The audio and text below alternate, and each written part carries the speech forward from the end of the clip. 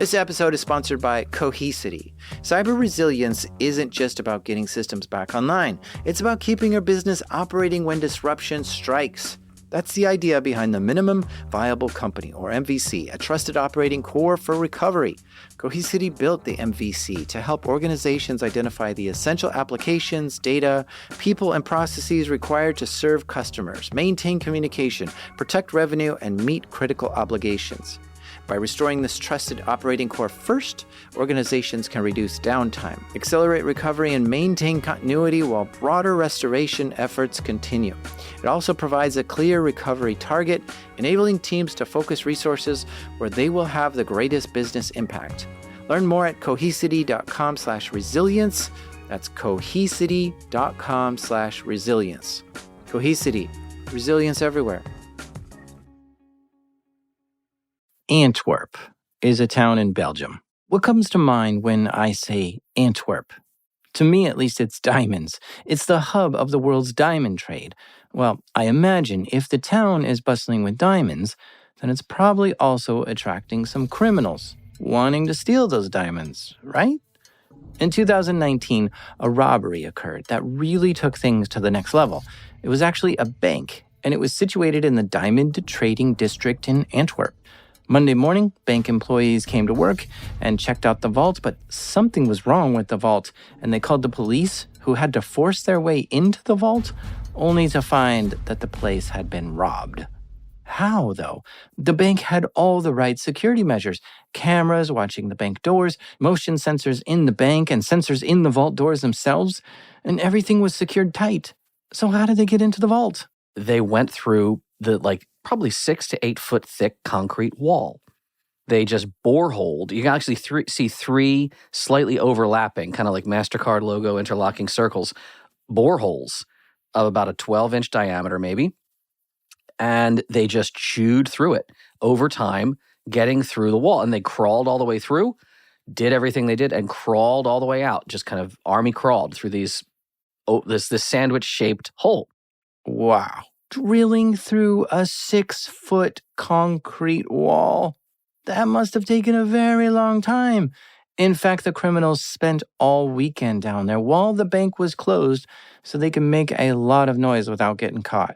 And it really goes to show that if everything is, because the vault had basically been protected to oblivion on the door.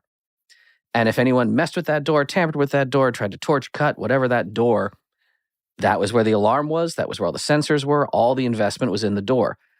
Because they said, well, what can you do with walls? I mean, there's only so much you can do with walls.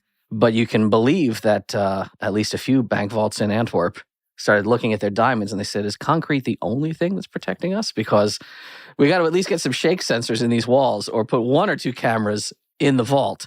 Because if somebody goes in the concrete and they're in there all weekend, well, that's a problem.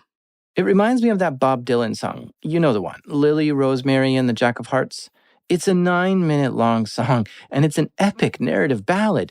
The story summed up is that Jack had his gang try to drill through the wall into a neighboring bank, while Lily and Rosemary distracted the bank owner, Big Jim. And the whole thing takes place in this cabaret. Lily and Rosemary got the judge and the bank owner drunk while the boys made their way through the wall. And they cleaned out the safe and took off with the Jack of Hearts. These are true stories from the dark side of the internet. I'm Jack Resider. This is Darknet Diaries.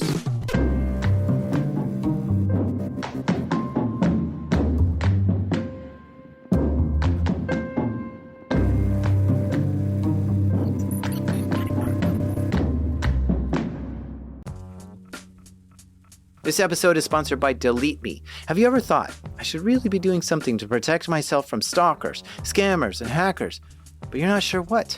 Here's what you should do. Go to www.joindeleteme.com/darknetdiaries and enter code DD20 and you'll get 20% off Delete Me. And a few years ago I signed up and Delete Me got busy scouring the internet for my name and gave me reports on what they found and deleted stuff. Take control of your data and keep your private life private by signing up for Delete Me. Now at a special discount for my listeners, get 20% off your Delete Me plan when you go to www.joindeleteme.com/darknetdiaries joindeleteme.com/darknetdiaries and use promo code DD20 at checkout. The only way to get 20% off is to go to www.joindeleteme.com/darknetdiaries and enter code DD20 at checkout. That's www.joindeleteme.com/darknetdiaries, code DD20.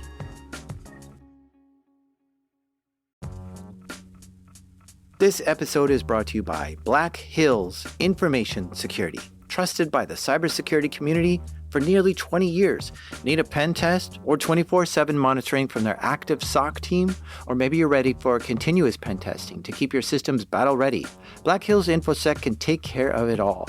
And if you want to learn how they do it, check out Anti-Siphon Training. It's built for people who really want to hone their skills, from SOC analyst tools and methodologies to setting traps and running deception operations. AI is changing cybersecurity right now. Defenders use it, attackers use it, and that's why Anti-Siphon Training is hosting their free AI Security Summit on August 14th. Join experienced practitioners as they share practical lessons, real-world experiences, and insights into how AI is changing cybersecurity. And because you're one of my listeners, they've got a little something extra waiting for you at blackhillsinfosec.com/darknet. The website you need to go to is blackhillsinfosec.com/darknet. Okay, so who are you and what do you do? My name is Deviant Ollam, and I am a physical penetration specialist. I have been involved in lockpicking, safe manipulation, physical entry, physical bypass, and teaching about covert entry tactics for, well in excess of 10 years at this point. We'll say it that way. Much longer.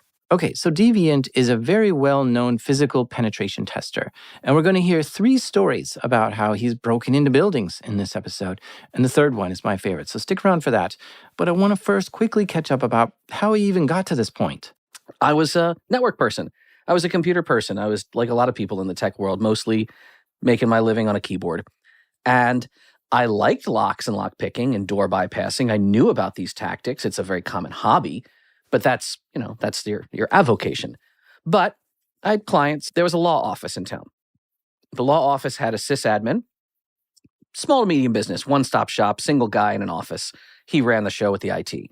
And he just sort of rage quit one day. Just, table flip, I'm out of here, and slammed his office door. And it was a pretty crappy law firm, so I'm not surprised. But when he left, the staff kind of looked at each other. I don't know if he's coming back. Is that are we supposed to do something if that happens? Because he's got all the passwords. What are we doing here? And of course, you do need to put a plan into place. They just didn't have one. So they called up Deviant to come help recover the network, and he went down there, but the network room was locked, and nobody could find the key to get in. So they called a locksmith to come try to get the doors open. Now, because Deviant had a little practice picking locks by that time, he took a look at the door. I'm looking at just your standard office, standard regular building. And I'm looking at the doors and they're little badge readers, but nothing serious. And we get to this windowless door at the end of the hall, sysadmin, IT room, some network, whatever name badge on the door, but it's just a regular door, little badge reader on the wall. And I said, so it's not like a data center door. This is just a regular door. And they said, yeah, but none of our badges work on the door. And we don't apparently even the head, partner doesn't have a key. His key, we thought it was supposed to work. We'll have to talk to building management about that. And I said, okay, well, can I try something for a second? I mean, I'm looking at your doors and I, pick up the equivalent of a TPS report and just kind of rip the cover off of that. And I said, well, here, if I and I just shoved I shimmed the door. I just popped it in, slid, twing, the door popped open. And I was like, well, all right, cool. Cancel the locksmith, I guess, save you a couple bucks there. And I just breeze on into the room. I'm sticking flash drives in and the old Pnordal NT boot tool. I'm rebooting machines and getting, restoring local admin access. Okay. Resetting passwords. I mean, what was his name? Okay. So I see his user. I'm just going to kill his user. There might be maybe backup accounts he made for maintenance, but I don't see immediately a way that he's getting in. You're probably fine. I'll send you a bill. We're pretty good, man. And I hand, here's your piece of paper so here's your new root passwords. And the guy, the keys to the kingdom, he takes it, goes, yeah, sure, root password, sure. And just kind of puts it in his breast pocket. What'd you do to that door? And I was like, oh, yeah, your doors are all installed with these electronic strikes. It's a super common vulnerability. You can speak to whoever your integrator was about that. And, hey, Steve, he brings this guy, hey, come here. Can you show him what you did to that door? And I was like, yeah, do you want to show it on your office? I'll pop your office. So I'm just popping doors open. And it bugged him out. And they said, oh my God. And that became the story of the day at the office, not the sysadmin who quit, but this kid who came in and opened all the law partners' doors. This resulted in them calling him back to the office to do a full penetration test. This law firm did not like that those office doors could be opened with just a basic folder, by just shimming it in between the latch and the door. And they wanted to know what else in this building was not secure. And this got Deviant even more into bypassing doors and picking locks and breaking into rooms. Deviant was good friends with Dark Tangent, who's the organizer of the hacker conferences DEF CON and Black Hat. And Dark Tangent told him, this lockpicking thing is really catching fire. You should do a training at Black Hat. I want you to propose a Black Hat training about lockpicking. And I was like, no one's going to pay money for that. He said, no, trust me. I think it would be hot. You should do it. And yeah, so that became my career, was a law firm who quit and a dear friend who said, hey, people pay money for this knowledge. Those two forces together really kicked off the idea of doing physical security consulting for me, and my main colleague through all this has been Babak Javadi. He and I have more than one company at this point doing training, consulting, advising, and I get to break into safes on Army bases. It's quite a career, all from a few little things that you trip over as opportunities. The first DEF CON I ever went to was DEF CON 17 in 2009 at the Riviera, and that's where I went up into the Lockpick Village and saw Deviant demonstrate how the inner mechanics of a lock worked. And he put a rake and tension bar in my hand and had me practice how to get a lock open. I was fascinated by what he taught me that day, and that's where I bought my first lockpick set. And the Lockpick Village has grown since then. I also remember a contest that year which had people try to escape from jail. The premise is that you woke up in a jail, but you had your lockpicks with you. So you have to first undo your handcuffs, and then pick open the cell door, and then pickpocket the guard, and then get the lock open to the jailhouse. It was hilarious. And there are a million ways to get a locked door open. You don't always need to pick it. In that law firm, it seemed that the latches in the door were installed incorrectly, and by putting a piece of plastic between the door and the frame, you could shim it open. I've also seen whole doors installed backwards, where the hinges are on the outside, so you could come in with a hammer and nail and just pop the hinges off and take the whole door off without having to touch the lock at all. And so throughout the years, Deviant has been getting better and better at understanding locks and doors and physical security measures, and I consider him one of the masters in this space. In fact, I'm willing to bet that Deviant has actually given more talks at security conferences than anyone else. Someone did the math, and I think they said one of the few people who's talked more than I was the late and wonderful Dan Kaminsky. But I just would say yes to everything, and I would drive or fly just because I love talking about this. So yeah, it's well in excess of 300 or 400. That was the last time we checked, and that was years ago. 300 or 400 talks about physical penetration testing. Yowzers. How in the world am I going to fit all that information into a 1-hour episode? All right, I got a plan. I think I'm going to take a break, play Elden Ring for like 200 hours, and then listen to like as many of his videos and then come back later. Okay, that was fun. And through the magic of editing, I'm back. And there's some good stuff that he talks about there. My favorite talk of his is this one. So yeah, this is the elevator hacking talk. This is the talk that we were told had to be on Sunday because reasons. Because here's the thing, this is a full 1-hour talk of him and his friend Howard Payne going over so many ways that you can take over an elevator, hack an elevator, and make it do stuff that you shouldn't be able to do. But since this was a talk in Las Vegas, where there are a lot of elevators, DEF CON was a bit worried about what people would do with this information, so they pushed the talk back to be on the last day and the last talk of the last day when people were flying home. So it was kind of a hidden talk where most attendees had already gone. But it's the most watched video of all of DEF CON's videos on YouTube, and so it's no secret anymore. And I think you should watch this video too on elevator hacking. It'll make you think differently about elevators after you see it. Like, for instance, you may have been in an elevator where you couldn't get to certain floors unless you scan a key card. Well, Deviant can bypass that. He can get on an elevator and then get it to go to whatever floor he wants. He shows you that there are some common keys that a lot of elevators use, and they aren't hard to get. So elevators aren't as secure as you think. You should probably consider them to be like doors, where you really should test the security of them, and not like an elevator, which is just some mysterious box that goes up and down that only the elevator technician knows how to control. It's one of those things that I just never thought about. That's something you need to secure in your building or office. And that's what's fun about Deviant, is how he has all this knowledge of bypassing physical security measures, and then he loves teaching that to others.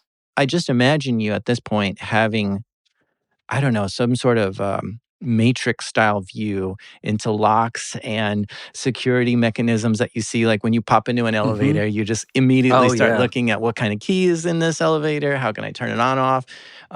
Any door that you look at. Is that true? Are you just kind of like zoomed in on any lock you ever see? Absolutely. It sounds silly, but it's absolutely. I love that you said it, not me, but it's true. There's even a talk I made about this phenomenon. I call it Eyes of a Thief. And corporate audience is kind of like that one, because you walk them through just galleries of images and videos.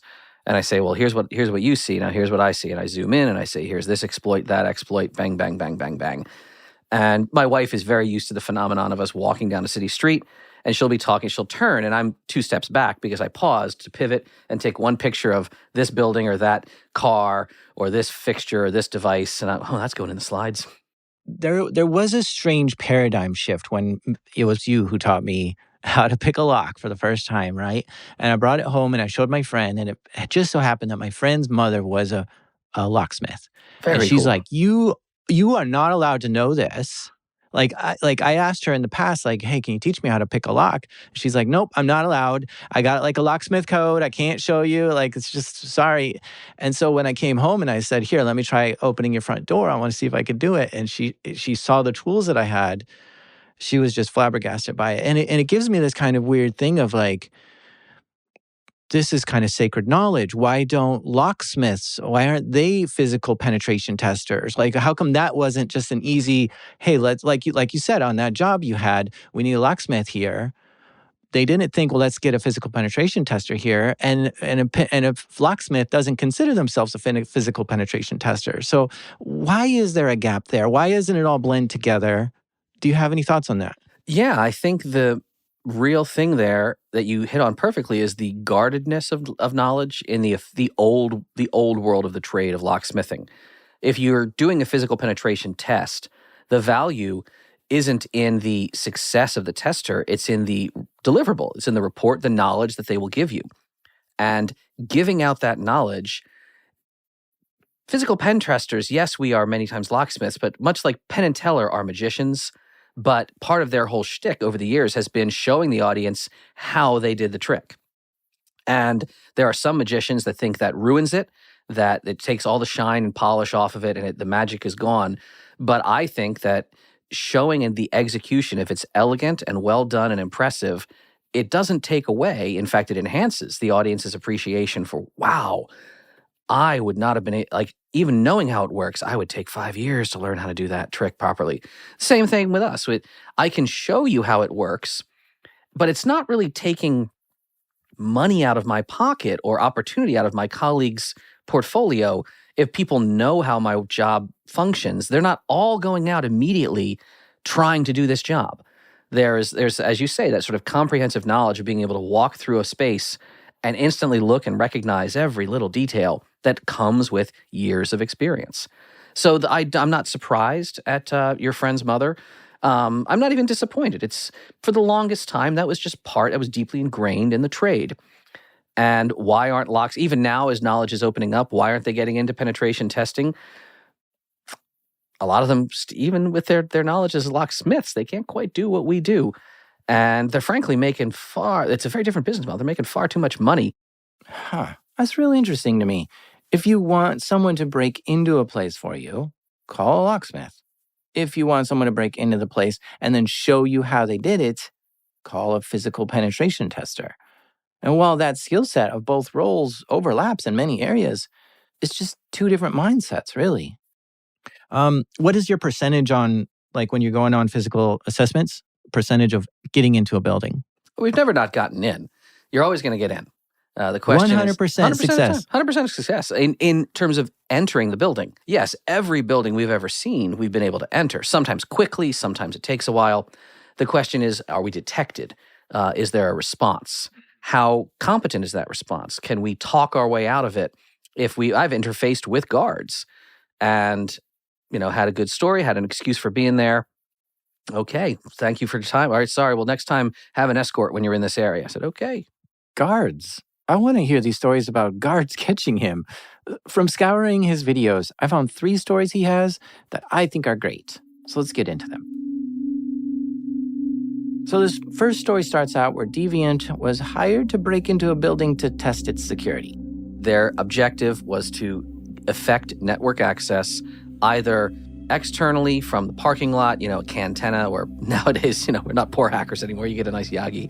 But trying to pick up on, the building's Wi-Fi. They said, does the Wi-Fi leak? Or you can try to make internal, connections. But it wasn't the company itself that hired Deviant. It was another penetration testing company that got this job. But what they were good at was hands-on keyboard type of activities. And what Deviant is good at is physically getting into buildings.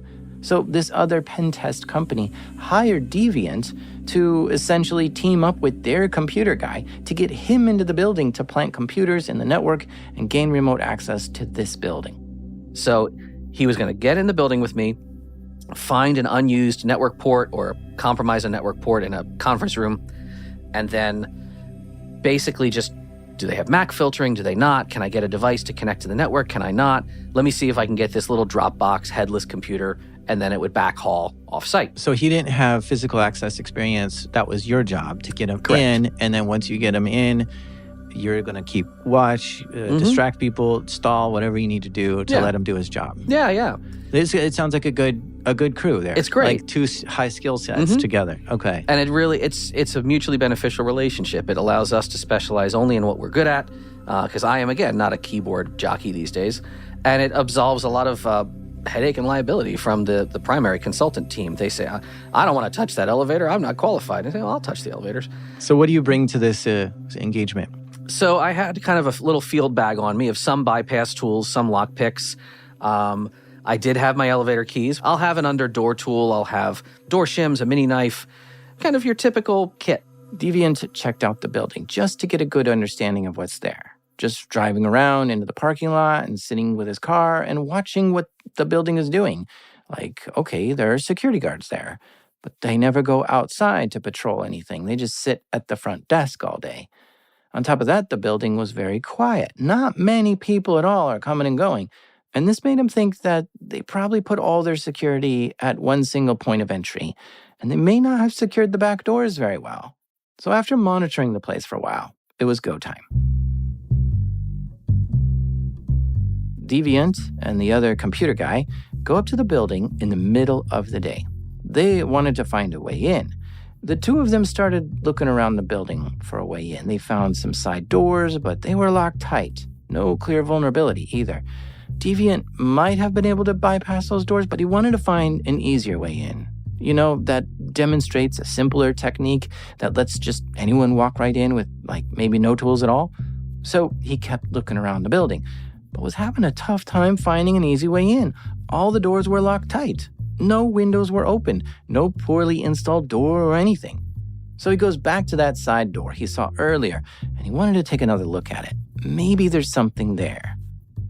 Now, this side door was a double door. You first enter one door, and then there's a little room, a vestibule, and then there's a second door that you need to get through to get into the building. And when he looks for a way to get in through a locked door, he has a little checklist in his head that he runs through. It's not like he has some magic tool that he just puts in the lock and the door immediately opens like on TV. He first analyzes the door and looks it over. He'll first just tug on the handle and see if it's unlocked. Then he'll look at the hinges. Maybe it was installed backwards. Then he can just unscrew the door. Then he'll look at the gap between the latch and the strike plate. If this is too wide or missing parts or installed wrong, he can use tools to get in there and open the latch from between the door and the door frame. In fact, any gaps at all between the door and the frame can be exploited. But this door had no clear vulnerabilities like that. So then he starts looking at the whole thing backwards. Instead of getting into this door, how do people get out? Is there a crash bar that you just push from the inside, which unlocks the door and opens it? Well, he looked through the window, but he didn't see that. He didn't see a handle on this door that you could turn or unlock either, which made him realize what kind of lock he's dealing with. It wasn't a mechanically released door. It was electronically locked. And you can also tell if you're yanking on the door and it's very clearly being held shut maybe at the very top, but the bottom of the door is wiggling by a quarter inch, half inch. You're like, all right, that's a mag lock. That's a magnetic lock at the top of this door. I'm pretty sure we electronically can release that mag lock, either looking around, I don't see any push to exit buttons through the windows. No, it's gotta be looking through the window some more. It's gotta be a sensor somewhere. Where is that rec sensor? Normally it's right above the door. And eventually we had to look through another window from the side. And my buddy I was with, he's like, oh my God, is that it? Is that it? Way the heck down. It's almost like down and to the right. Where the other door, I said, by the other door? Oh my God, yeah, that's where they put it. Okay, so there's a motion sensor. If Deviant can trigger that, it'll unlock the door. But it's a good 10 feet inside the door. So how? It has a request to exit sensor or REX sensor. These are sensors that are very common in physical access control environments, which will detect egress events, impending egress events, and they do it through motion sensors.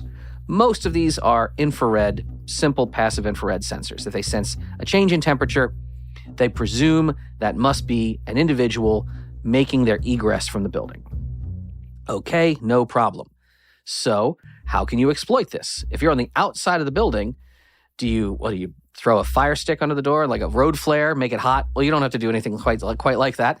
What you can do is take a can of compressed air, or if you're very fancy, you go to a scientific supply shop and you get a can of like Tech spray or freeze spray. The idea being, if you spray into the air a little cloud of propellant, a little refrigerant cloud, it will boil off in the atmosphere and make a very cold patch of air. You can do this to open doors. You stick the little straw through the door crack, blast, and all of a sudden you hear a click. Oh, that's the lock. Okay, the lock is released. Open the door. This was like that, although the position of the sensor was much further down in the vestibule. It was a double vestibule kind of door. And I said, oh man, I'm trying to spray the air. And we literally killed one can of propellant. And I said, oh man, we're going to have to go back to Office Max or something. Eventually, I was able to rig up a long, skinny straw that I could feed all the way through, kind of snaking it down this vestibule, and almost like a wacky waving inflatable arm flailing tube man. It's looking way down at the end of the vestibule. You see this straw spinning its way all through the floor and this cloud going everywhere, and the door finally popped open. And that was on the floor. You went under the door. We had to go all the way under to keep it as straight as I could on the floor, and it wanted to curve around. But eventually, I got this door to release. So you hear a click, and then you know the door's unlocked. Thank goodness, too, because this was a good 45 minutes of poking and prodding and going back to the shop. Okay, so they successfully made it into the building. Now they need to find an open network jack for the other guy to plug his computer into to try to hack into the network. And we find a little conference room thing. And I said, okay, look at cool, Polycom phone system. And there's an RJ45 connector. I said, do you want to try this jack? And he looks in his backpack and he goes, oh no, I didn't bring the Dropbox. A Dropbox in this case is a little computer that you can just plug in and leave behind, and then try to access it from somewhere far away, like back at the hotel. But this guy forgot it. I guess he was configuring it the night before and just forgot to repack it, and it's back at the hotel. I said, well, go back, you take the keys, here you go, take the car, go back to the hotel. I'm not leaving the building. We took so long farting around with that door, I'm going to stay in this building. I can just let you back in when you get here. And he's like, man, the hotel's 10 minutes away and I got to get the thing, come back. I could be gone half an hour. You're just going to sit in this conference room? And I said, no, I'll find somewhere to hide. So what I did is I chose to look around a little bit, and I was looking for kind of an empty office or maybe a janitor's closet. Those are nice. If the janitor's not around, you can break into the janitor's closet and just sit in there silently, because the guards aren't going in the janitor's closet. The staff aren't going in the janitor's closet. If a janitor comes along, you got to, say, I just had some anxiety. I work here. I needed a place to chill. Or pretend you're doing drugs. I don't know. And you say, I promise I'm going to rehab. Don't tell me. Don't narc on me, buddy. But no, I didn't find any good closets or anything. I found an elevator. And I said, okay, well, we got an elevator. It's got no windows in the elevator cab. No, I didn't see any cameras.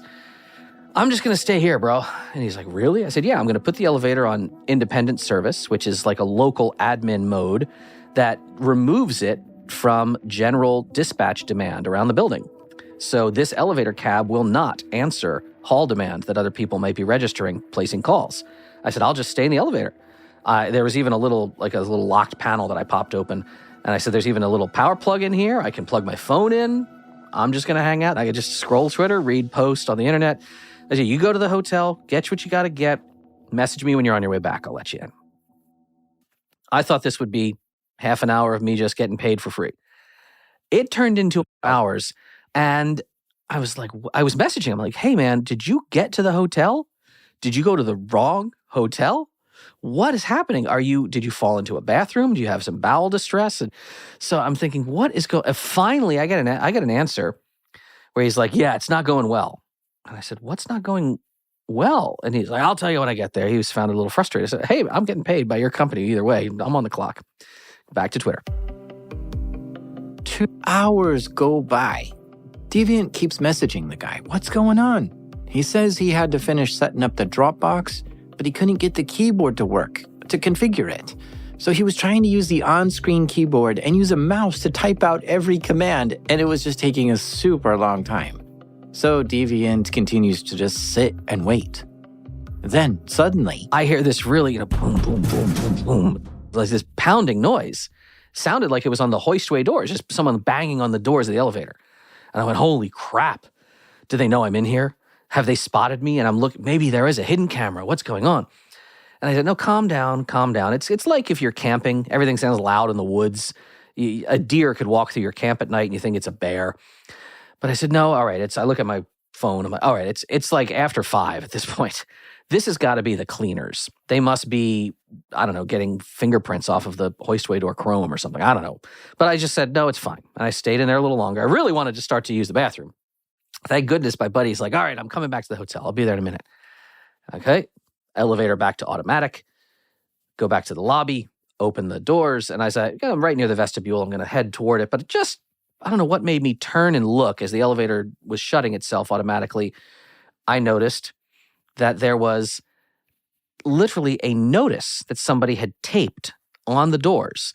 Because I had been sort of in between 2 floors. I'd been a little bit off platform, but I could hear, I was right near the lobby level. They were, in fact, hitting that door, but it was a security guard taping a notice that said, this elevator out of service. Yes, we're aware of it. We're looking into it. Please use, elevators on north bank of the building. And I went, oh man, I guess somebody noticed I was in there. Just thank goodness they didn't think I was there. I let my friend in. He's in the building now. Thank goodness we didn't have to fight with the long straw. All right, let's back to the conference room, back to the conference room. Okay. And we barely got 6 or 7 steps down the hall when around the corner, we see a guard. Because now we're the only ones, now it is a little weird. At this point, yeah, what are you doing? It's after 5, this place is dead. And the guards look at him, look at me, walks in, and my friend is like, oh, what's going to happen here?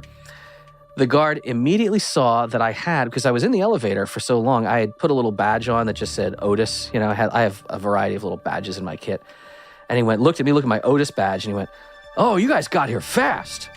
And I was like, yeah, I heard there was a report. And I lie for a living. I just dropped into it. My friend, I don't know if he was nervous or not, but I said, yeah, I heard you had a problem with one of your passenger elevators today. They pulled us off of some other job because you're paying for this elite care service. You've got a good tier of service package with us here at Otis. Just point me at the problem. Let's get you squared away. And he proceeds to lead us right back to that elevator where I had been with the notice still taped on the door. And he's like, this friggin' thing, I got calls all afternoon. So now I like this. I like that this guy, he's invested in the problem. He's invested in it being solved. And I said, oh man, and it's the only elevator in the bank. You don't even have other cabs. Your phone must have been ringing nonstop. He's like, oh, well, there's not a lot of people in here, but they sure let me know about it. I said, well, let me see what I can do, sir. I pull out my keys. I still have my keys. The keys will turn, obviously, in all the key switches. So I have the trappings of legitimacy where I, A, look like I have credentials. B, I'm sympathizing with his problem. I can express familiarity with his problem. And then C, I am casually pulling implements out of my pockets that clearly work in the system.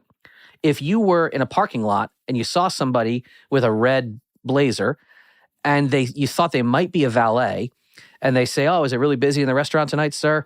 And then they are holding a key that opens a car door. Clearly, you're like, well, that's got to be the valet. They're doing all the things that I've seen valets do. So this guy just thought, well, he's obviously the Otis guy. And I'm rattling off some techno jargon, and I'm turning key switches that don't do much, but I'm claiming, oh, I'm resetting the door sensors. Now this will reboot the door operator if we hold it for 3 seconds. Here, let's everyone step into the cab for a second. Let's let this door close. So now we're bringing the guard with us, and the doors close. And I say, all right, well, that's good. Let's try door open. No, we're still level. We're not misleveled. Sometimes a mislevel event can cause the doors to jam. Let's try to go up a few floors. So he just starts taking us up to other floors that I didn't have credential access to. But he's going up floors, and we're stuck at platforms pretty well. I'm pretending to measure the platform leveling. Because again, I have just enough industry knowledge to speak to what you're expecting a technician to do. I'm actually I'm a trained life safety fire door inspector. Not because I do that for a living, but because I can walk around a building. If anyone catches me and say, "What are you doing in here?" I can say, "What are you all doing in here?" Because these fire doors are not to code. And I can rattle off all the signage is wrong, the glazing is this, you can't have appurtenances that interfere with that. So I look like a technician. We're getting up. We finally get to the top floor, which is a really juicy floor in this building. And I say, let's walk around for a minute here. I think this one, you said there's another elevator. I'm pretty sure this one's fine, but let's try the South Bank elevator, the North Bank elevators. And now the guard is so used to being in our company that even anyone else who's in the building who sees us on camera or in person, well, this guy has been with the guard, so he must belong here. And I start spinning a story about, do you have a room with a bunch of computers in it? Because your elevator controller would be in that room. It would not be in that room.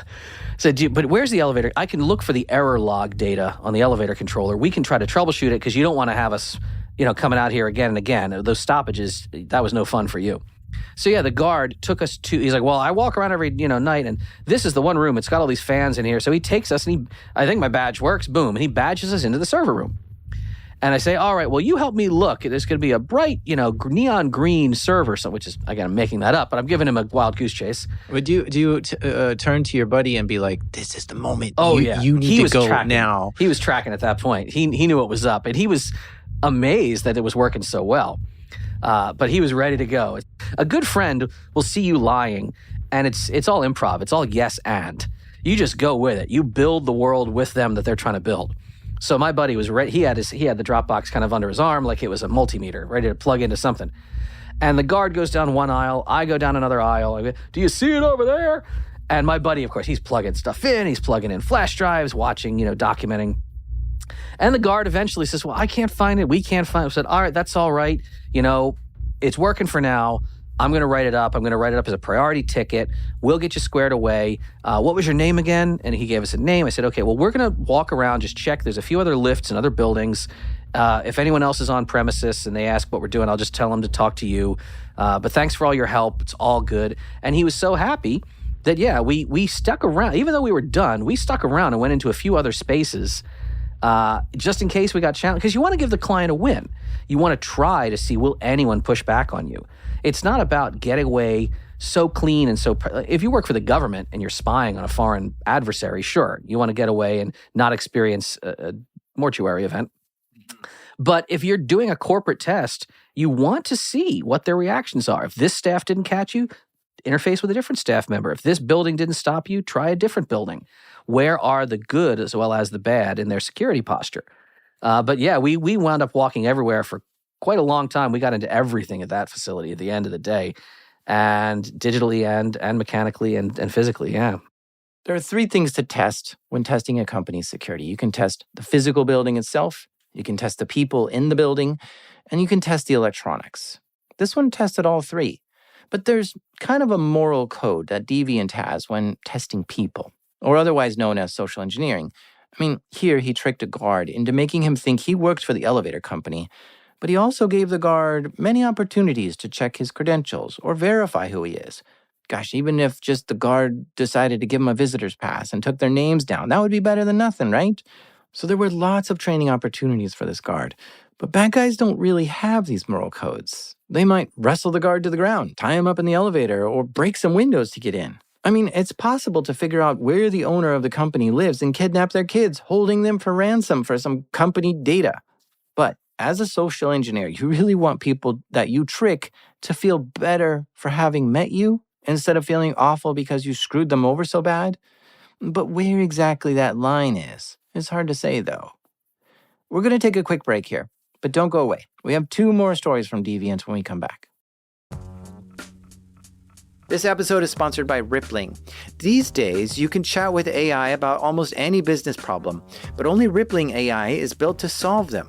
That's because Rippling is the only AI built on your live global workforce data, giving you full visibility into your business and the ability to take action with AI that executes across departments.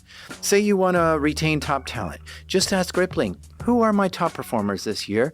And instantly receive a workforce report highlighting your best employees with supporting data like comp ratios, performance reviews, and engagement metrics.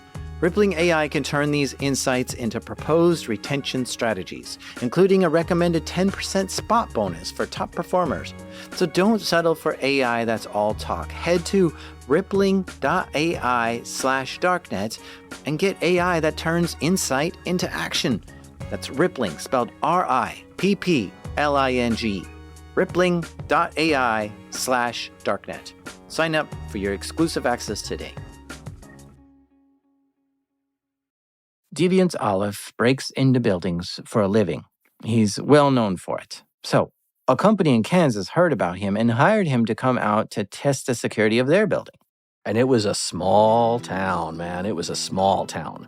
So this was a company doing large sort of, blue collar industry in a small town where I'm not from.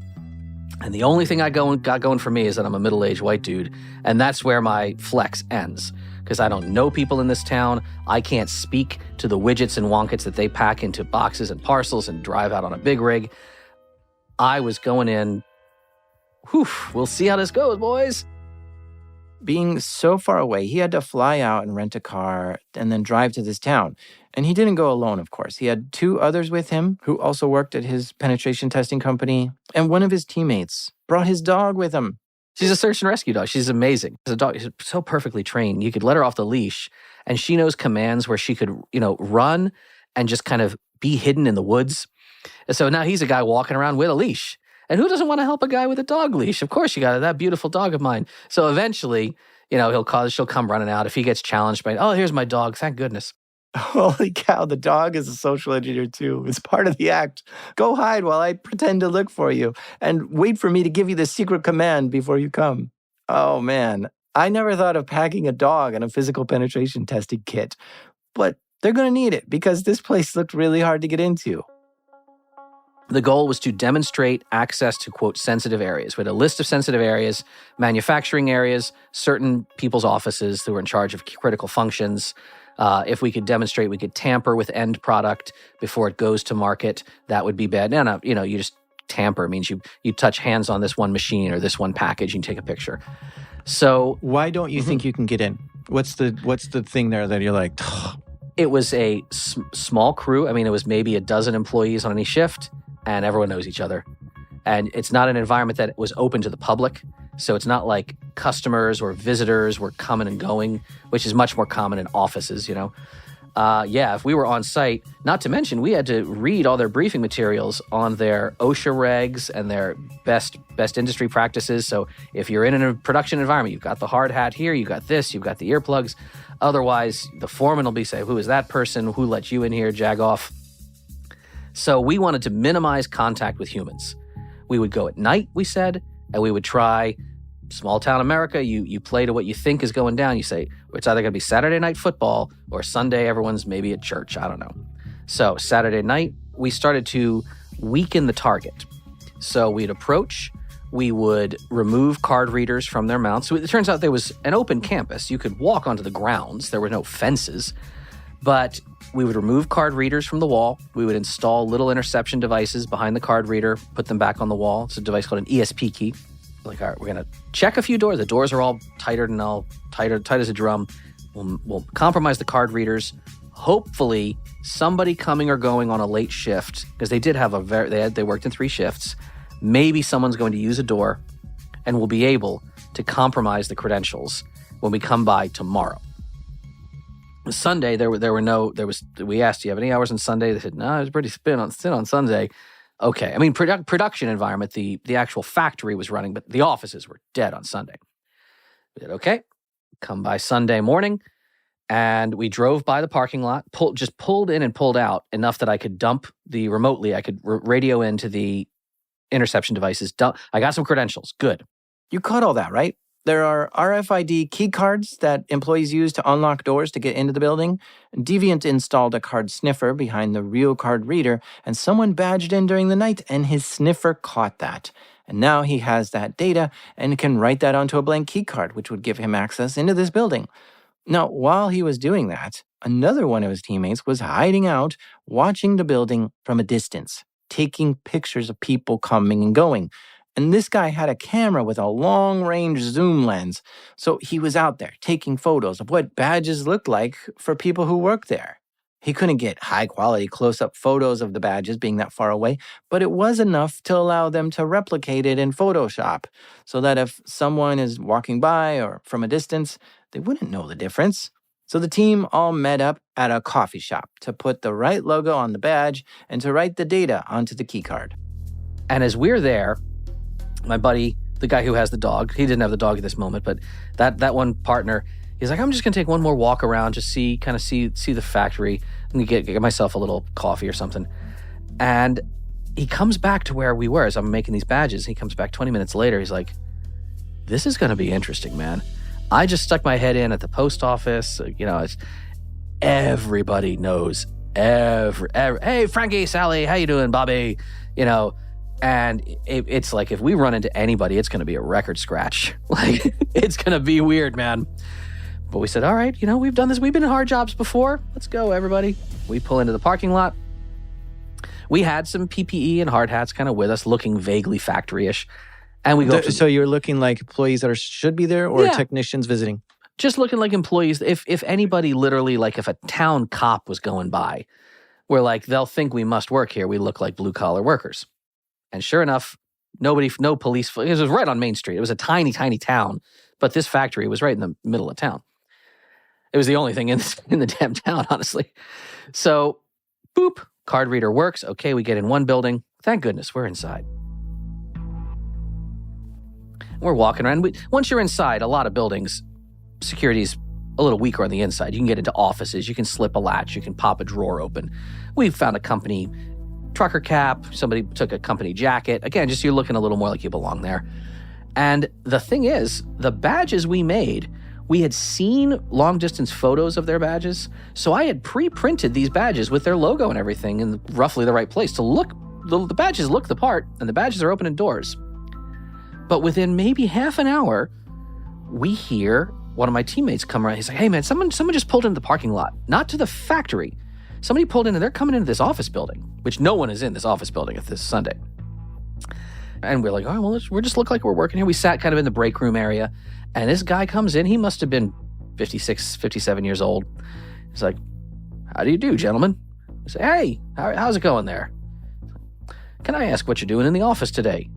And the vibe was instantly off. We said, oh, well, we're just checking a few. We had a story. I think we said we were doing an environmental audit. We were checking door seals. He was in the building? He was already in the building. How did he get in? So he clearly worked there. Okay. He was and we could see on his hip he had a badge. And we said, no, we're just checking some door seals. There were some door closure issues, and for regulatory compliance, you have to keep products separated, blah, blah, blah. We had a bit of a story, and we said, well, we'll get out of your hair. We're just leaving this building anyway, and we kind of left the building. And the guy didn't quite vibe on that. He was looking at us a little weird.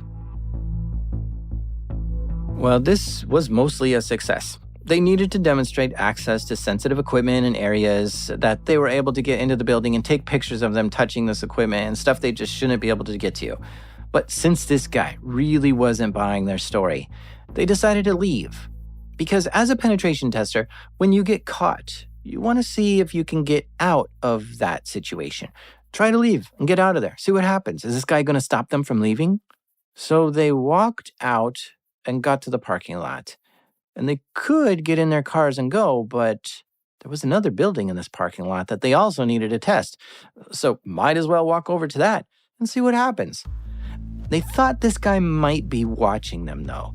So they walked across the parking lot to the other building and made it very clear, in case he was watching them, that they had badges that they were using to get in the building. These were working badges, and if the guy was watching them, he could see they had valid key cards to get in the building. Don't forget, on top of that, they have a jacket and a hat with the company logo on it. And then we, in the new building, we're like peering out the windows through the blinds. And this guy walks to the parking lot. We're like, all right, he's going to get in his car. Nope. Walks by all the cars, walks to the building we just got in. We're like, oh my God. And we hear him start walking around this building. And at this point, we're pretty sure we're roasted here. Two of us break off. One guy goes, he meets two of the guys in some other hall. He's like, excuse me, gentlemen. I'm going to ask the same question I asked before. What are you doing in this building? And we said, well, we're doing this. He's like, no. Who hired you to do this job? And we said, well, it was Francis in HR. She brought us. He's like, I don't know if Francis would have brought you on. I'm going to have to try to call Francis. And he couldn't reach her. And he said, and as he's dialing, it was like, no, come on, look. Was Francis a word you made up? No, we checked their staff. We knew some staff. We said, no, Keith at the the Wyoming plant, Keith knows that we're here. He's like, I've been working with Keith for a long time. Keith might have said something about new folk. I haven't heard that. I can call Keith. So we're like, oh my God. And eventually, after he keeps trying to dial phone numbers on Sunday, and we realize if he's not going to reach anybody, he's going to just call law enforcement. This was not going to fly. Deviant and his crew were caught. All the windows of opportunity to lie their way out of it were closed. The game was over. So, time to come clean and show the get-out-of-jail-free card. See, here's the thing. When you're paid by a company to break into their building, it's possible it could all go wrong. So you need a letter of authorization from the company, preferably someone real high up that can vouch for you, that when you call them, they will say, yes, we did hire them to do a security test on the building. And you print this agreement out and put it on a piece of paper and carry it with you at all times when you're doing a physical penetration test like this. And this is what's known as the get-out-of-jail-free card. Now, what some penetration testers do is they print off a fake one. It's got the right name of the head of security, but with a phone number to someone waiting in the parking lot who would act like that person if they got called. Deviant saw that this guy had everyone's number in his phone already and thought the fake get-out-of-jail-free card isn't going to work here. So he gave him his real one. And this was the first and only time Deviant has ever been caught to the point that he had to show this paper and come clean like this. He said, I know that person, but I'm going to call her cell phone and not the number that you've printed here. So as it turns out, and we spoke to him, he said, okay, all right, well, if you say so, all right, Susan, Brilliant. He did not trust the number on the paper that Deviant handed him. Instead, he looked up the name's number himself. And this was the right thing to do. And sure enough, the head of security vouched for them and said, good job catching them. And yes, we did hire them, and they are supposed to be there. So now that he knows the real reason Deviant and his crew were there, Deviant had to ask, how did you catch us? But he's like, well, I was driving by. He wasn't even on site that day, but I was driving by, and I saw a couple of you boys entering the building just as we were just getting into a door. He's like, it didn't feel right. So I got a block or two down the street, and I turned around and came back. Who the hell gets past their office and has that much emotional investment to go, I should go back to the office and see what's going on? He drove all the way back in, parked, and started checking around buildings till he could figure out why were these fellas he didn't recognize from 200 yards away. Why are you in my building? He had worked for this company for something like 38 years. And he had emotional investment in the company. The company mattered to him as a person. And he was not going to take anybody giving him a line. He said, no, I want to know what you're doing. It felt like if someone was in your backyard and they said, well, I'm just trimming your trees for your neighbor. But they kept kind of walking through your backyard. You might be like, I'm going to knock on my neighbor's door. Why is this person in my backyard? So that's what happened. And that was the first time we ever had to show the action. And we knew we could have had a fake letter, but we're like, that's not going to fly. This guy, he is switched on, he is sharp, and he got quite a little kudos out of that. And he was professional the whole time. Didn't try to tackle us, didn't make threats, just kind of slowly plodded after us. Okay, so they were caught. That's that, right? No. They said, hey, good job, you caught us, but don't tell anyone else because we're going to go and come back again later and try to see if anyone else will catch us. We left for a few hours. We went to have lunch. We did come back, and we only made it in again, 45 minutes, an hour, until we ran across some other person. And I didn't even interact with this person. This was just in a production of I just kind of walked past them, and they almost on their heels turned and spun and said, "Hi, can I help you? What are you doing in this space?"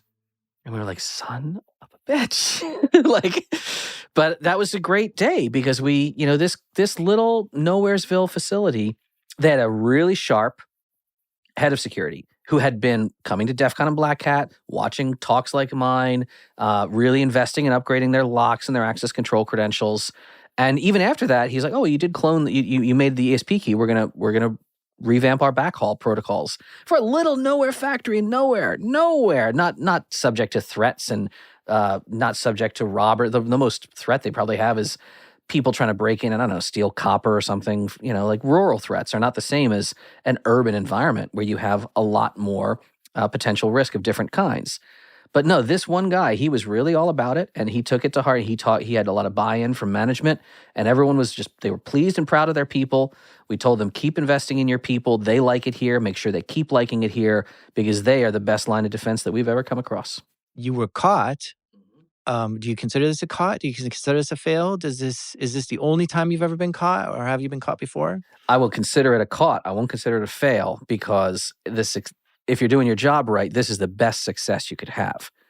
We got caught for all the right reasons, and I'd like to get caught like that much more in the future by companies that have employees that actually care about what's going on. The only way you get that is if you have a real nice environment where you're treating people well, not just as meat grinding through the mill, right? You actually have to make people want to work there by rewarding them, by paying them properly, by giving them real benefits.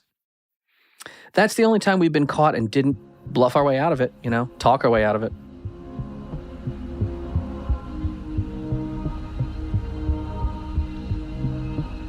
Okay, let's hear one more story of deviants breaking into buildings, and this one's my favorite. This one is against a critical infrastructure type company, think a utility company. If someone were to get in and cause harm, it could be ruinous for the whole town. Most of our jobs, we get a list of sensitive assets or sensitive areas from the client, and we say, would accessing this asset or being in this space represent a severe breach? Would a bad actor in this space have the ability to severely compromise operations or cause severe impact? Once you have that list of assets, you formulate a series of attack chains. You sit with your team after a lot of recon, and you say, all right, so do we think it's smart enough to go to this one first, or should we try to go through this one? Where we've identified where these assets are, which parts of the buildings and the grounds. Okay, so which team is best suited to position here, here, here? And you come up with a plan. And if one team gets burned, you'll say, okay, well, that team's, all right, they might have gotten noticed, might have not. Let's pull them back. Let's get off campus. They just became Overwatch. They're running a drone. They're running long-range cameras. They're back at the base on radios. Let's put another team in. We do a lot of rotating out of rental cars where you go back to Hertz or National or somebody. You say, oh, this car's pulling to the left a little bit. They say, we have another one. We said, do you have a different model? Maybe a really different color? Because if somebody's seen that weird car in the parking lot. So there was a job like that. It was meticulous, and it was a large job. There were probably 3 or 4 different field teams at any given time of pairs of people. Okay, wow. This is a big job. And if you remember from other stories, Deviant likes to be prepared and bring a big kit of things. Anywhere from having lockpicks and keys to the Otis elevator repair shirt and having long-range cameras and full badge printing machines. But this one, he needed even more. This job was the kitchen sink, man. This job had case upon tons of Pelican cases shipped in. It was close enough that it was many states away from where I was at the time, but I was living in Montana. I just said, I'll drive. If the budget's there for me to drive, I'll make it a couple-day drive. And my truck we brought the works, man. We had a 3D printer in the Airbnb. We had a couple of our really large key machines, our exotic key machines, just in the Airbnb on the living room table. We were ready for as much as we could be. Okay, so when you have a job this big, It'll help if you have a few extra people. Of course, Deviant drove out for this, but a half dozen other people came out too. Bobik was also there. We're all across discipline. Bobik is very electronic focused. Of all the team members, he is the highest strength among us in the electronics department, especially as it relates to access control technologies, credentialing technologies. He gets good information from a lot of the industry sources and partners where he'll get the new badge printer that somebody's just pioneering, and he'll get a sample model of that, and we'll try it out. Drew came along for this one. Drew is our main surveillance person. Drew is an incredible person with camera glass, drones, ultralight aircraft. He is the eyes on the ground and in the sky. They called in Sophie, too. Sophie is a devastating social engineer. Robert was another key player here. Robert is an incredible physical tactician, along with being personable with people at the drop of a hat. He used to be a cop, right? So he can lie through his teeth with a smile on, and his job is to manipulate you as a human, because he's going to get what he needs, and he's going to get it out of you for information, or he's going to get out of your sights because he wants to move. He can be, he can be front and center, or he can be a ghost. Imagine being called a physical tactician. That's quite the title, isn't it? Drew and I reached out to an old colleague of mine named Laz, who was back east.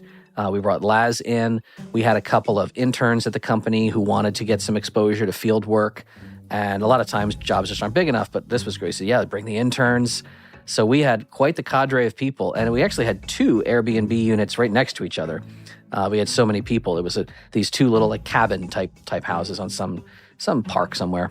Gosh, they rounded up the whole Ocean's 11 crew for this job.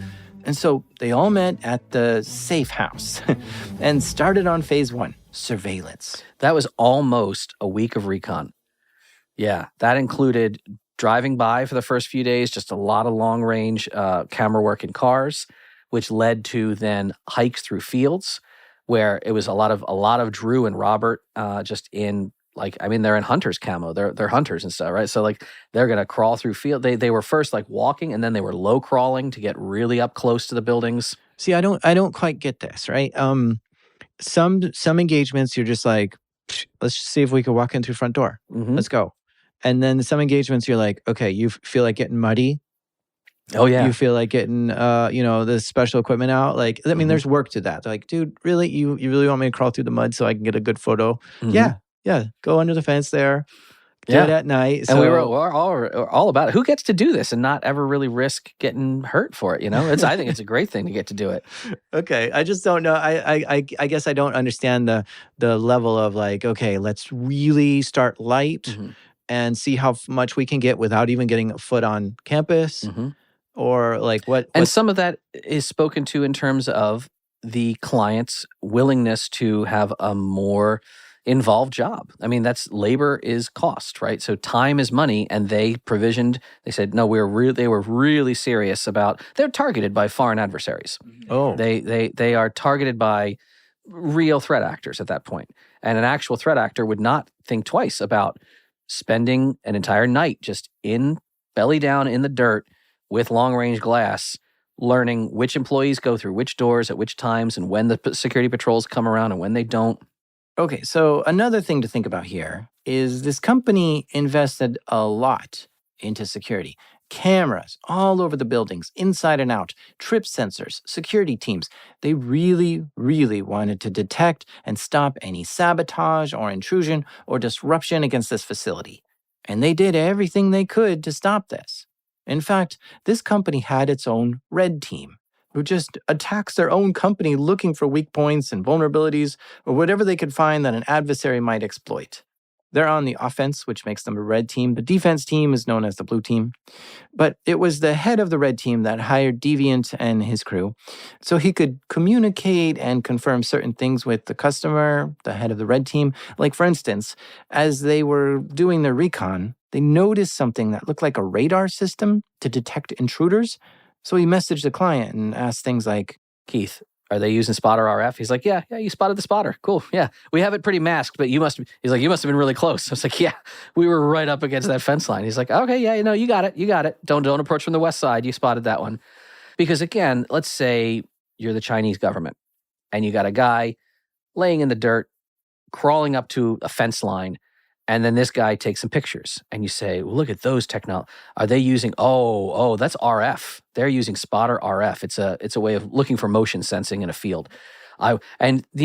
If it's the Chinese government, they would then back off and they would say, okay, let's spend another 2 weeks figuring out who sold it to them. Let's figure out which version they have, what its coverage is.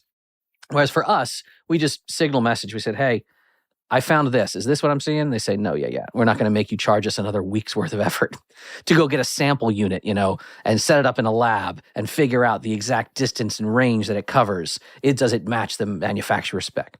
So it's a week of that. It's a week of getting close, taking pictures, coming back to the Airbnb, analyzing. Who's this guard? Is this mobile too? No, he was on foot yesterday. No, the guy on foot was okay, no, this is the guy in the truck. Let's make a name for him. You make up names. It's like a pinboard, like out of a detective show, right? You got a wall of people. And one really great photo of a guard looking at us through these binoculars. That guy, we printed that photo out a lot, put it around the Airbnb. So there's some of those guards are really switched on.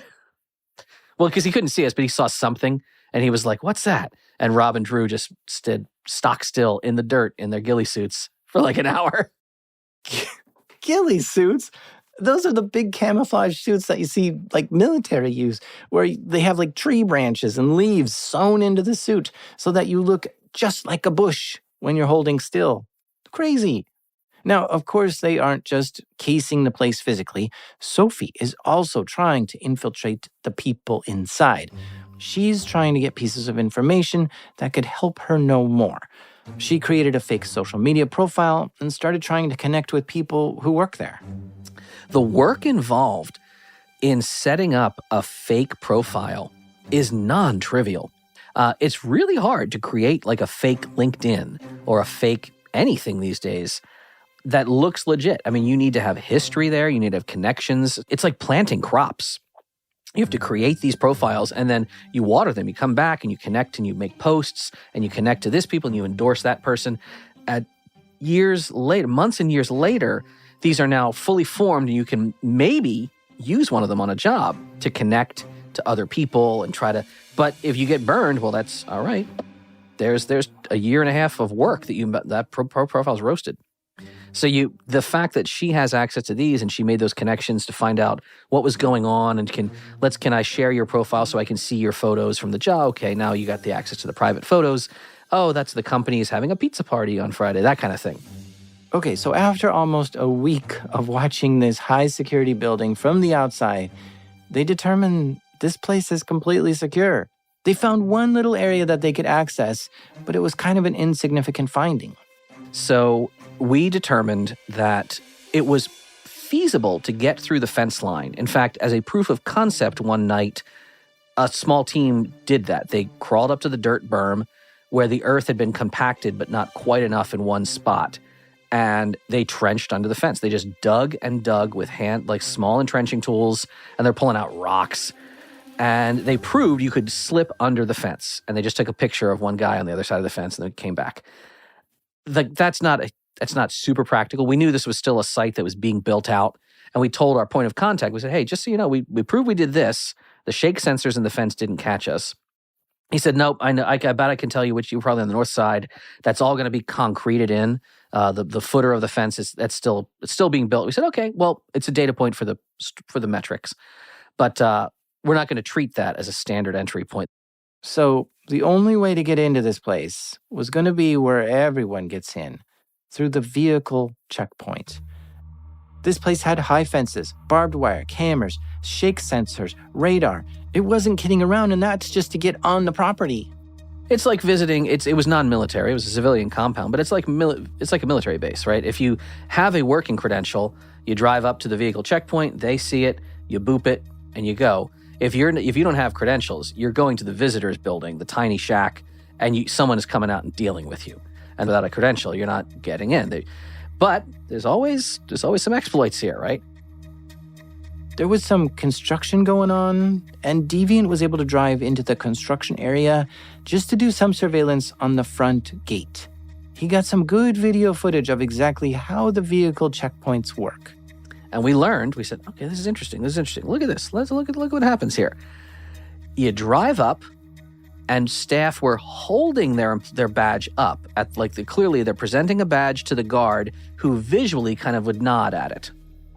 Then they would drive further down a good 10 yards past the little overhang, and there was a badge reader sitting out in the middle of just unattended. There's just a big badge reader and they would boop, they would badge that, and then a gate arm would open up. So that's an interesting thing. That's an odd thing. And then we said, well, look at that gate arm. Look at that gate arm. Many gate systems will use ground loop sensors. Much like when you pull up to a stoplight, it knows your car is there because it can detect the metal of your vehicle and it'll cycle the light. A lot of gate systems use these. A very typical configuration would be, the most common one is a stop or safety loop. Right in where the gate arm is, if a vehicle stalls out and sits there for some reason, the gate arm won't come down and hit the vehicle. You don't want to damage anything. That's typical.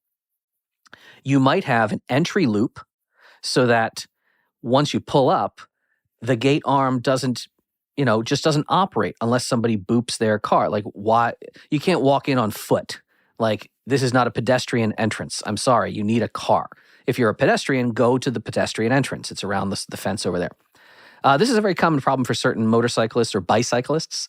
People on bikes sometimes don't have enough metal to trip the ground loops, depending on how they're built. But the real one, and this is the one that a lot of buildings do not use, you got an entry loop, you got that stop loop, the safety loop. There's also sometimes a clear loop. Clear meaning you have cleared the checkpoint, bring that arm right down. It costs money to install these. You got to cut into the asphalt, and you're doing, everything's money. A lot of installations, this one included, chose to configure it. Well, we don't need a clearage loop. The arm goes up, there's a dwell time, and after that, it'll just drop down, unless there's somebody stalled out. So they were using a dwell time, and the dwell time was set to it was 20 seconds. It was long.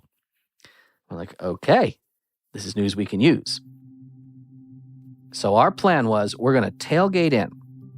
We're going to tailgate in behind what we think is a real vehicle, because it was a long entrance road off the main road to get even to the vehicle checkpoint. Our plan was, you're going to tailgate in. We're going to give Sophie in the front seat of the car, who looked businesslike, we'll give her a badge that looks like their badges. We knew what their badges look like. It's a multinational company. We've seen their badges in other facilities. We don't have their badge technology. They were using private keys on their credentials, so we couldn't easily clone their badges. But Sophie could pull up and smile at a guard and hold up a badge. Then, because she's tailgating behind someone's vehicle, literally tailgating, as that person boops the reader and goes through, Sophie would pull up, pretend to boop the reader. Again, that's 10 yards away from the guard shack. They can't hear a beep noise. And then before that dwell time finished, she would hightail it through. And if a guard was really sharp, they might be like, oh, that gate came down kind of quickly after that car. But nobody's going to be that sharp, we said. All right. Now, the critical thing, we said, we need about we need different ways to have you peel off if there's a problem. The first thing is there's that construction lot, right, where I parked to get the footage. We said, if for some reason the car you're tailgating isn't a regular employee, if anything goes wrong, if they ask for directions, who the hell knows, just pull into the construction lot, K-turn, and get out of there. It's a little weird, but who cares? We'll roast that car, we'll switch the car out, we'll regroup. Let's say you're fine. Let's say you get past, you hold your thing up to the guard, and the guard looks at you and says, hey, do you work here? Do you not work here, et cetera? You say, no, I'm new here. So if you're bad, you can social engineer that if you had to. If you say, oh, I'm lost, or is this not the main entrance of the visit? No, I just started. Okay, well, pull over there. Okay, we'll figure that one out. The last one was a really slick one. We said, if for any reason you get trapped at the gate, like let's say the arm starts coming down, and you're like, oh, shoot, I can't tailgate in. We had printed a nearly identical badge it looked very similar, but the logo was another company in town. It was out in a rural area, but it was another big firm that had a warehouse or something, a fulfillment warehouse in town. And we said, like boop, pretend to boop and say, my badge isn't working, my badge, and make the guard get out of the shack and walk over. But she would switch the badge. And it was on this red lanyard, and she's like, my badge isn't, and so the guard would go, oh, is this the badge you just showed me? No, I'm sorry, ma'am. This is not, you've got to go down the road another few miles. You're in the wrong, oh, I just started, sorry. So we had all these little outs. Okay, this is a lot of work just to get into the parking lot. Sophie's going to try to drive in. And it was important that she'd be the only one in the car. That way the guard doesn't start asking like for passengers to present their badge and get curious and interested in what's going on. But through their surveillance, they noticed the guards never checked the trunks of the cars. It wasn't just her in the car. It was Robert and I were wedged into the trunk of this car because we wanted to get as many people as we could onto the corporate campus if we could get this to work. So they load up their gear, jam themselves in the trunk, and off they go, driving towards the facility. And all we could feel was just the car kind of rocking back and forth. And we judge, okay, there's some rough bumps. Those are the speed bumps, okay. And now we stop for a sec. That must be the guard shot. Oh, we're moving again. The guard didn't stop her, okay. And then, okay, we slowed down a little bit. Oh, we're really moving now. That must be the gate arm. And we're jitterbugging along for 10 seconds, 20 seconds. We're like, we got to be through that gate. We got to be through. I know we're through that gate. And we eventually hear Sophie's voice like, it totally worked. We're through that gate, boys. Sophie pulls down the back seat so the guys can climb through the car, which will take a while. It's a tight space. And this is where they split up, though. Sophie goes right to the front door of the building to try to use her social engineering skills to get into the building. She was just charming. She just said, I'm new. She followed a group of people.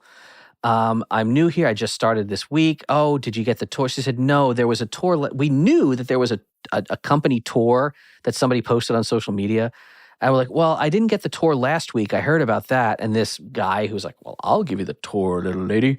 So yeah, I mean, he's like, you should check this out. And he's taking her to place. And there were a couple other employees, one of which even turned and looked at her and went, hey, I know it's a tour, but you can't tailgate. You have to use your badge.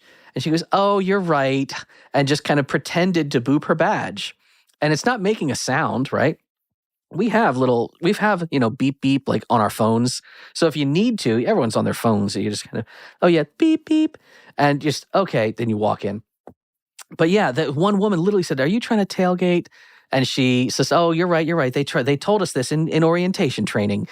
And then they took her into the heart of the beast, right? She was sending signal messages to all of us like, hi, I'm in this thing. Like, with pictures. Oh, with pictures, Yeah. Day one. Okay, so while she's making her way into different rooms and getting a solid lay of the land, Deviant and Rob climb out of the trunk of the car and come out of the car. Climbing out of the trunk directly would be weird, so they had to snake through into the car and then exit through the regular doors to look normal.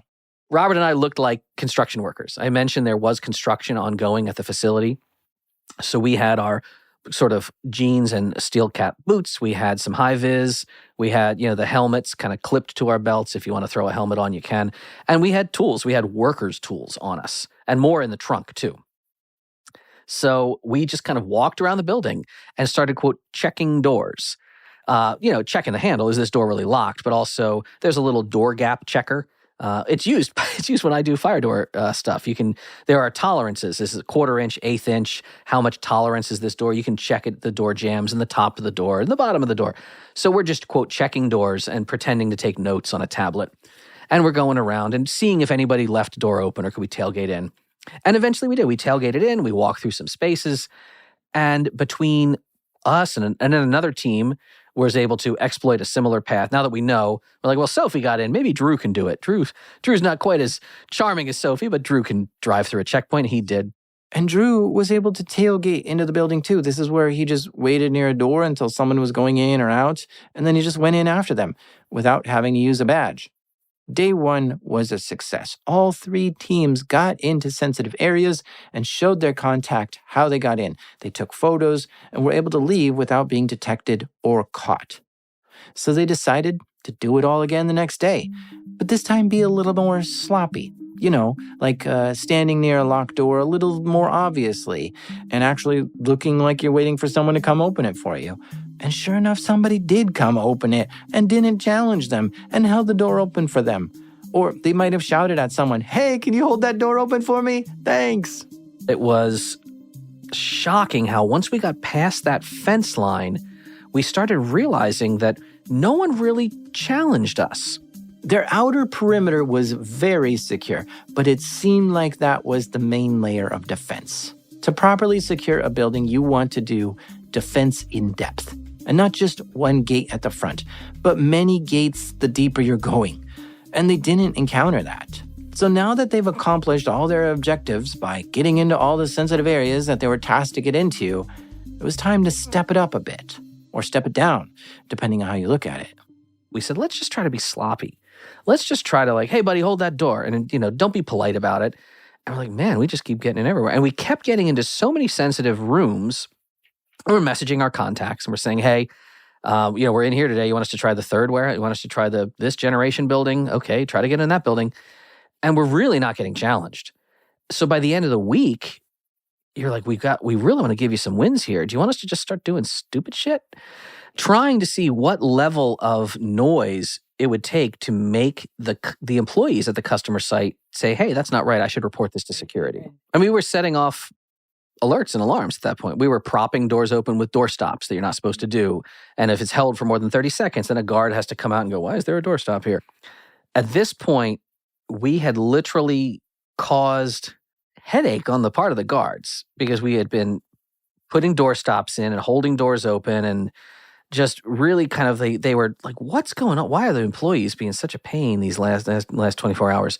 This day, at one point, I think I took caution tape and I propped the door open and put caution tape all around the door.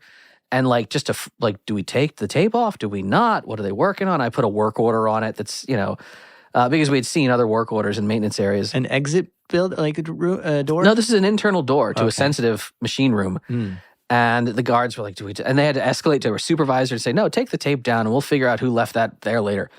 And we're still not getting quite caught, right? We're still, we were interacting with some guards. I said, hey, who took the tape off this door? That kind of, but they kept seeing our badges. Okay. So finally we said, what do you want us to, we're on a quick 3-way call with the customer. What do you want us to do here, man? We're really trying. We're walking up to people saying, hi, I'm not from this department. Can you tell me where to go? And no one asked, why are you in here? And they said, well, you said something once about destructive attacks. You can go destructive. What can you do there? You said, could you drill a door or something? I was like, yeah. There are plenty of things we show to other types of entry trainings we do for first responders or for military. We say, we could drill a cylinder out of the door and then you take the cylinder out and then you can pop the door. We can do that. It'll be noisy and it'll cause some damage. And they said, yeah. We'll budget it. We'll say, here's how much you're allowed to damage and try to keep it under that amount. And let's try it on a door or two if you want. We'll pay for it. I said, okay. So we got out a giant, I actually went to Home Depot or Lowe's or something, and I bought a big old blue Makita hammer drill with a big handle off the side, and I bought some high-speed steel bits. And there's footage. There's actually footage that Robert shot with his cell phone of he and I in our high-vis just carving away at this lock in this door. And our point of contact was really trying to give his people a win. He's in the SOC, and he's watching. He's looking at his people, and he's watching. He said, hey, Chris, can you pull up monitor 17? Can we center stage that for a second? Click, click, and this big screen. He's like, what's going on outside building 6? Do we have Sheridan here? Did you see a work order? Are we servicing doors or something on building 6 today? I thought that building was already stood up. And you hear that, rustling of papers, and there are people like, I thought they had so much work going on from so many contractors. They were growing so much at this site that someone's like, I swear I saw something about that on the pass-off notes. I think we're doing doors. I think we're doing doors today. And he's like, okay. And he kind of stepped back and messaged us and said, no, man, they're looking at you on camera, and you look the part. What are you going to do? So, yeah, I just kind of dropped the drill where it was. Left the door, set off an alarm, and I just left the alarm going. I just walked through, but we were trying everything. We were just setting off like a chain of alarms. until guards eventually came to us. And they said, hey, fella, stop what you're doing for a second. I was trying to underdoor tool a door and not hiding it at all. Just Robert and I stand up and they say, so what are you guys doing here? And they're like, were you working on the side of that building 6? I'm like, yeah. There was like an alarm. That was really loud. Like, yeah. So what are you doing? What are you doing here, guys? And Robert, again, like back pocket, kind of hand on the letter, thinking this has got to be our ticket is up. And I just Hail Married. I said, what does it look like we're doing? And that broke the guard's brain. He went, well, it looks like you're working on door. It looks like you're trying to open this door here. But you have badges. And Robert's hand just kind of comes off the letter. Let's see where this, the guy's like, yeah, I mean, you work here. You're obviously on the contract team, but you have a radio, because Robert had stolen a radio from a truck. It's like, you can just call for remote unlock. You don't have to have us come all the way out here and bother with it. We came all the way from the other side of the thing. So he's like, no, it's the Sheridan guys. I'm here. Yeah, in warehouse. Yeah, can you open the East Side warehouse? The door goes green. He opens the door. He's like, yeah, see, I mean, you can just do that, man. You must be, don't worry about it, but like next time, just call, man. We didn't know what was going on with all these alarms. I said, oh, thank you. Yeah, the story continues to get crazier and crazier. I eventually took a bike, because they had a couple like people who biked into the corporate office. I took someone's bike and just biked it around the parking lot, hoping that someone would report a stolen bike. I took a golf cart and started driving that around. And they eventually, because again, we had radios, someone's like, okay, Dave, they're finally onto you. You're going to have some attention soon. And I saw these white pickups with guards start trying to find me in parking lots. They thought I was like a mental case. They were like, is that the same guy? No, he's not wearing the high-vis anymore. Who is that guy? And I was I was rolling around, and there's like, yeah, crazy guy's on a bike. No, wait, crazy guy's in one of our carts. But it distracted them so badly that it was like an O.J. Simpson pursuit. I was pursued by these flashing light vehicles that what are they going to do? Knock me off a bike? Try to ram into a golf cart? You can't cause injury. So a bike can go places that trucks can't. I would just cut through bushes or cut in between buildings, and then they would have to like spin around and go driving around the other side. And while I was doing that, the other teams knocked down every target again and again and again. And they took pictures with standing in all the sensitive rooms, because everyone's eyes was suddenly on crazy guy. Yeah, at this point, nobody cared about trying to mask door sensors. It was so many alarms that it eventually was a supervisor who was off site that day. It was his day off. And his work phone was like lighting up with alert. And he went, door 21, door 17 again, door 17 again, door 55, roll up door 76. What? He's like, what is going on? And he tried to call. No one would answer. He drove in. He lived, a town over. He drove in, kind of burst through the doors of the security side. He said, what is going the F on? And he's got a bunch of guys looking at this crazy guy's on a bike, sir. He's like, I don't give a damn about the guy. Is he in a parking lot? What's all this? And he's looking at all the alerts. And they go, oh, really? Something going on? He's like, look at your screens. There's all these red entries in Linnell Access. There's all these failed events. There's all these door entry events. He's like, so we heard squawks on the radio start going out that said, Mobile 6, you watch Bike Guy. Everyone else, return to your guard tours, cancel all superfluous business, challenge all unknown parties, figure out what there's more afoot here. Some guy even said Bike Guy may be a distraction. And that's what it took. That's what it took to finally get them to start challenging our teams. And that was, at the end, I just kind of got off the bike at one point. And now all these trucks pull up and they all jump out and like, what are they going to do? Again, they're not cops. They're not allowed to shoot you or go hands-on. And they went, sir, could you please stop? And I went, I'm stopped. I'm perfectly fine. What's going on, fellas? Having a good day? And they asked me to sit down. And I'll have a seat by the curb. And I said, this might explain it. And I hand them a letter. And then some of the guys were former service members. And they said, oh, all right, it's an exercise, boys. Look.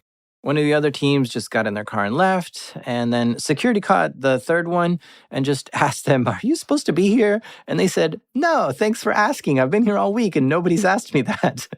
With that, their engagement with this client was over.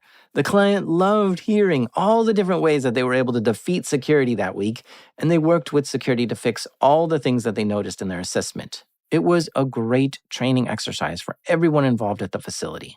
Wow. So thank you so much for sharing with us the way you see the world. Yeah. Hopefully some people out there start seeing it this way too. It's not a bad way to be. You don't have to live in fear. You just live in awareness. I'm a fan of Amanda Palmer. She is a cool musician and poet, and she talks about how it's not the job of the artist to make you feel joy all the time. It's actually the job of the artist to take you into the darker places. And if you've ever heard her music, she's good at that. But darkness isn't scary because it's dark. It's scary because you're alone. And I like to remind people that if we go into these dark places in our world with friends and allies and peers and loved ones, you realize that the dark isn't that scary because it's dark. It's just because you didn't know it was in there. And that's why I like to bring people into the darkness with me and realize it's not that scary, and they can learn from it and they can be improved by it.